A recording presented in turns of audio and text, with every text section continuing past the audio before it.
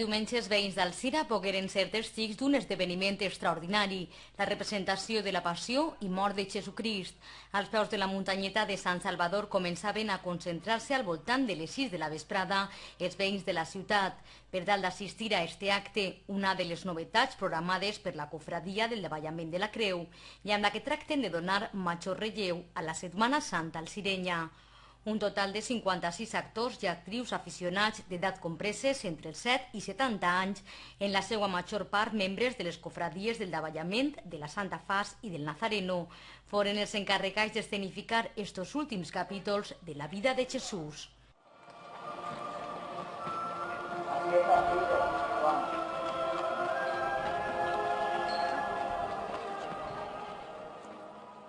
Sigo sin entender.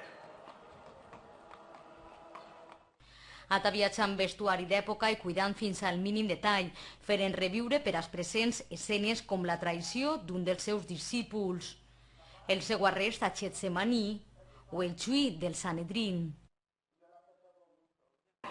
Nosotros ya os dije que no está bien. ¡Es un visionario! ¡Farsante! ¡Farsante! ¡El lechero! ¡Es un delito! ¿Desde cuándo es un delito? Cualquier cosa que se haga en nombre de Dios y de Israel es delito de muerte. Sí, a la cruz. ¡A la cruz! Després arribaria la condena, la humiliació pública, la burla, la coronació d'espines i la flagel·lació del Crist a la columna.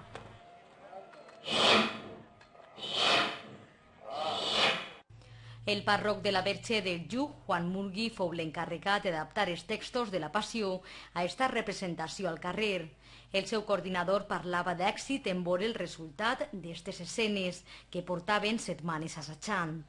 El moment més dramàtic arribava amb la pujada de la creu per el Calvari del Santuari de la Verge del Lluc.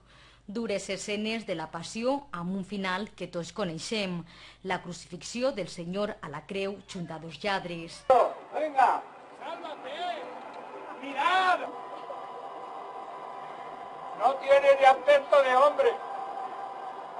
¿No podrías salvarte y salvarnos a nosotros? Cállate, canalla. Ese hombre es justo y bueno. Su único delito ha sido el querer demasiado. Por lo que habéis dicho, hoy estarás conmigo en el paraíso.